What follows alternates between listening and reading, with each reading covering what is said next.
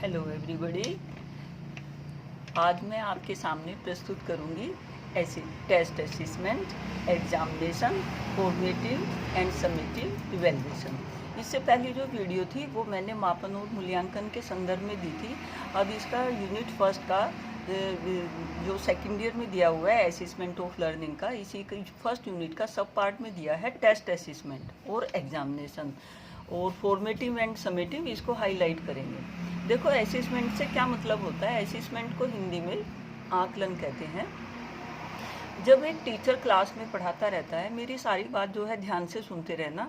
आपके नेट वगैरह में क्वेश्चन इससे जो है और सीटेट में आ जाते हैं। एक एक चीज़ ध्यान से सुनेंगे तो सारी चीज़ें जो हैं आपको इजीली क्लियर हो जाएंगी। जब टीचर क्लास में पढ़ाता रहता है तो पढ़ाते पढ़ाते वो बीच बीच में जो है बच्चों से क्वेश्चन पूछता है कि आपको समझ में आया। बच्चे कहते हैं हाँ। फिर वो उससे संबंधित जो है कुछ क्वेश्चन पूछता है।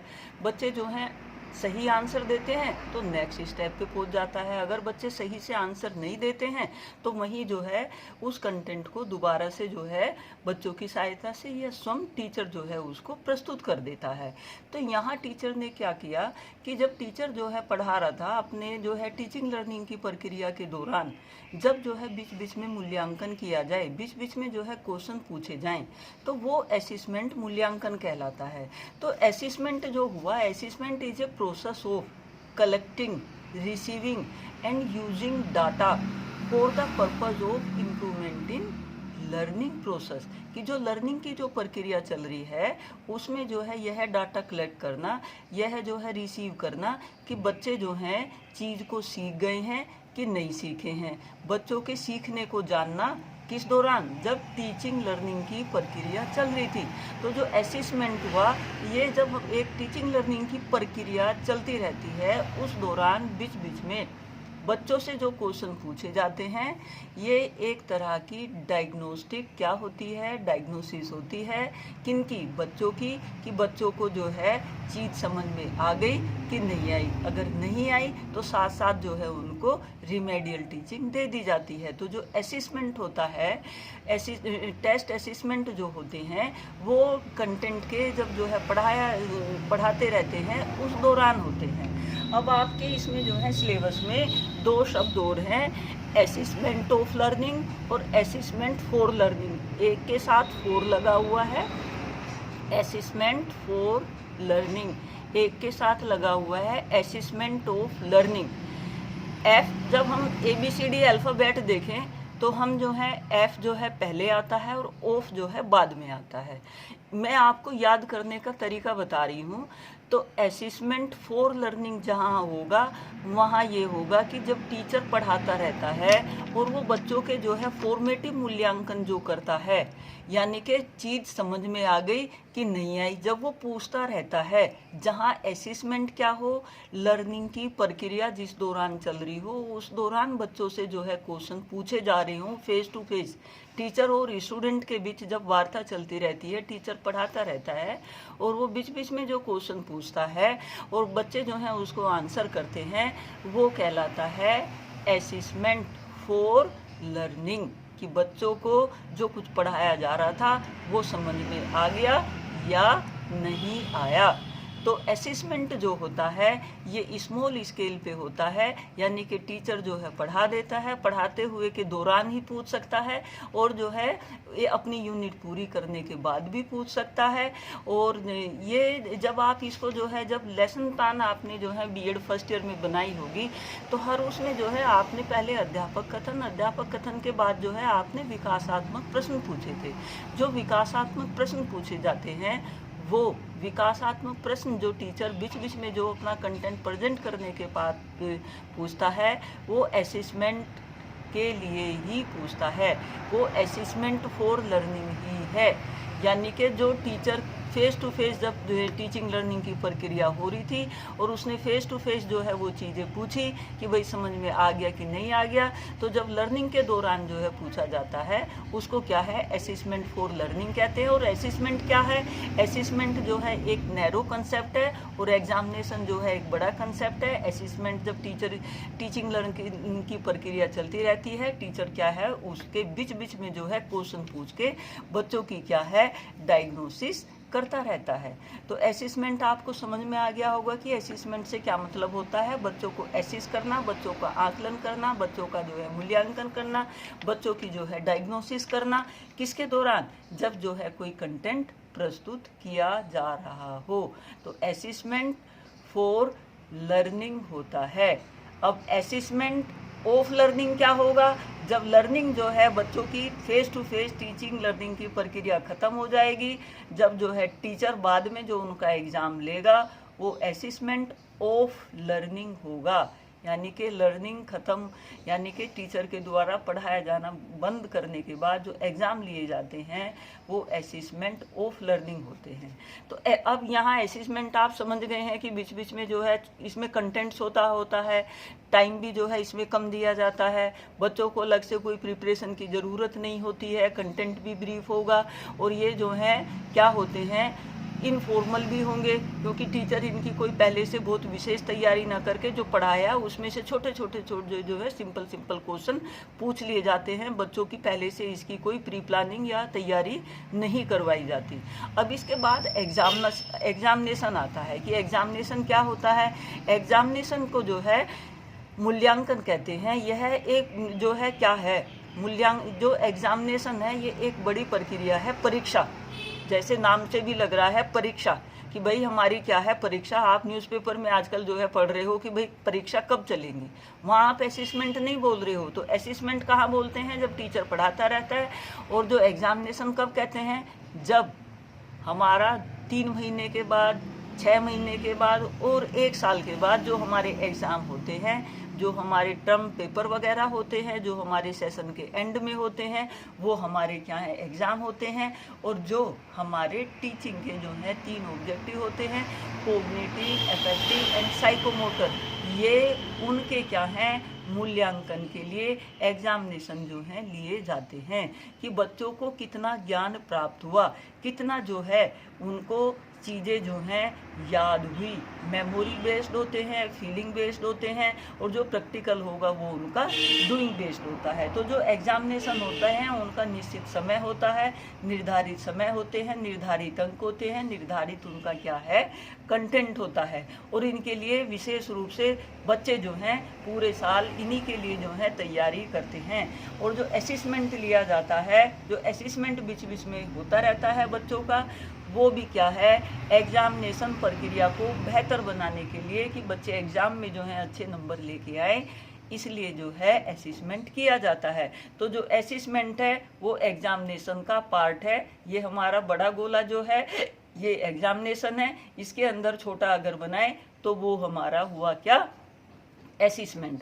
और असेसमेंट के लिए जो है, असेसमेंट के लिए टीचर जो है बीच बीच में पढ़ाता रहता है, फेस टू फेस उनका मूल्यांकन करता रहता है। एग्जामिनेशन में हमारे कॉग्निटिव, अफेक्टिव, साइकोमोटर, इन तीनों का जो है मूल्यांकन होगा। तो असेसमेंट आप समझ गए होंगे, एग्जामिनेशन आप समझ गए होंगे। अब आपके कोर्स में बहुत इम्पोर्टेंट पार्ट है फॉर्मेटिव इवैल्यूएशन, और जो है दूसरा है समेटिव इवैल्यूएशन, यानी कि निर्माणात्मक मूल्यांकन, और दूसरा है सम आकलनात्मक मूल्यांकन।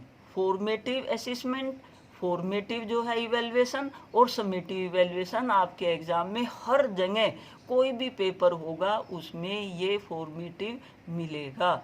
देखो फिर मैं आपको कह रही हूँ ABCD में F पहले आता है, S बाद में आता है। तो फॉर्मेटिव इवैल्यूएशन जो होगा वो पहले होगा जब टीचर कंटेंट को पढ़ा रहा था, पढ़ाते पढ़ाते जो कंटेंट को डेवलप करने के लिए बीच बीच में टीचर जो मूल्यांकन करता है, बच्चों से जो पूछता है, उसी को क्या कहेंगे फॉर्मेटिव इवैल्यूएशन कहेंगे। यानी कि कंटेंट के प्रस्तुतिकरण के दौरान जो हमारे से जो है क्वेश्चन पूछे गए वो ही हमारे असेसमेंट थे, वही हमारा क्या है फॉर्मेटिव इवैल्यूएशन है।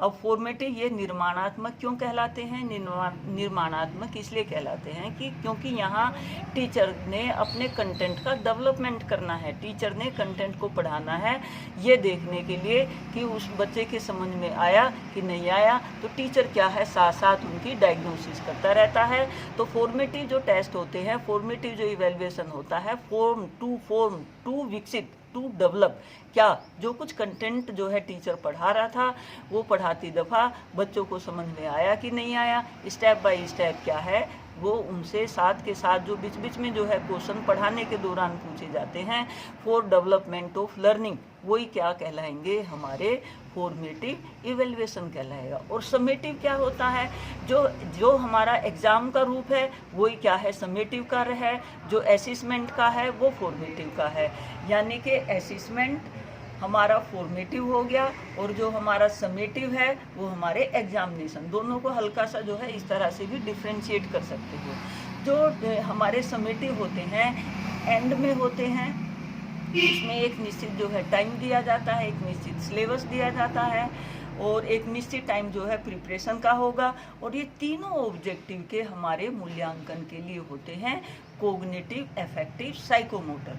और जब आप यहाँ इनको जो है एक्सप्लेन करो, एक जो है त्रिभुज बनाना, त्रिभुज में जो है ऊपर लिखना लर्निंग ऑब्जेक्टिव्स, इसके बाद यहाँ इधर लिखना टीचिंग एक्सपीरियंसेस, इसके बाद इधर लिखना थर्ड बिहेवियर चेंज।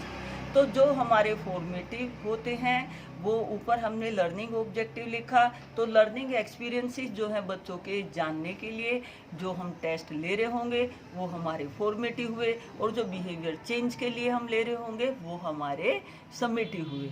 तो अब आप जो है समझ गए होंगे कि जो फॉर्मेटिव डेवलपमेंट, जो फॉर्मेटिव असेसमेंट होता है वो बच्चों के जब कंटेंट टीचर पढ़ाता रहता है उसको जानने के लिए कि बच्चों की समझ में आ गया कि नहीं आया, कि बच्चे समझ रहे हैं कि नहीं समझ रहे, इससे जो है डायग्नोस्टिक और रिमेडियल टीचिंग होती है। और जो हमारा समेटिव होता है एंड में होता है कि हमारे 3 महीने बाद और 6 महीने बाद और 1 साल बाद जो हमारे होते हैं वो हमारे एग्ज़ाम की कहलाते हैं।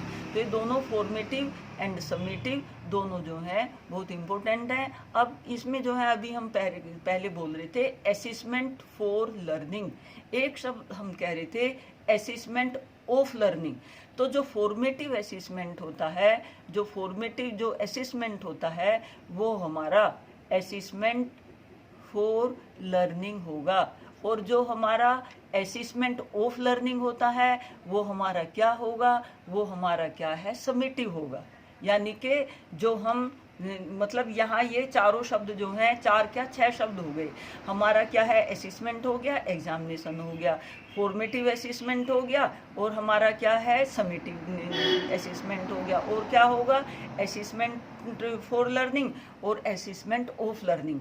तो ये जो है हमने 6 शब्द जो है एक साथ लिए, और 3 शब्द एक तरफ और 3 शब्द एक तरफ। 3 शब्द एक तरफ क्या, हमारा असेसमेंट, फॉर्मेटिव और जो है हमारा असेसमेंट फॉर लर्निंग, ये 3 शब्द एक तरफ, और हमारा एग्जामिनेशन और हमारा समेटिव, और हमारा जो है क्या एग्जामिनेशन और समेटिव और हमारा असेसमेंट ऑफ लर्निंग, ये तीनों एक शब्द एक तरफ। इन तीनों को लेके जो है आप तीनों को एक साथ डिफ्रेंशिएट कर लो, बात जो है सेम निकल के आएगी।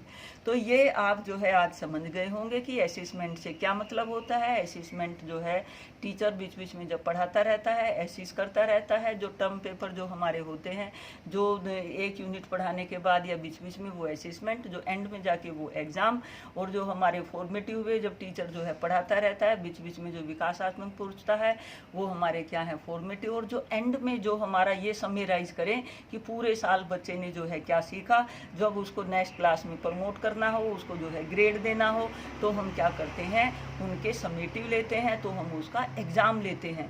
ये वाइड स्केल पे होते हैं, पूरी इनकी तैयारी होती है समेटिव की और एग्जामिनेशन की। और जो हमारा असेसमेंट फॉर लर्निंग है वो हमारा क्या है कि जब टीचर पढ़ाता रहता है, उस पढ़ाने के दौरान वो पूछता रहता है कि समझ में आया। तो जो ये टीचिंग लर्निंग ये एक प्रक्रिया है, यानी कि असेसमेंट फॉर लर्निंग एक प्रक्रिया के द्वारा होता है कि जब टीचिंग लर्निंग की प्रक्रिया चल रही हो, टीचर फेस टू फेस हो।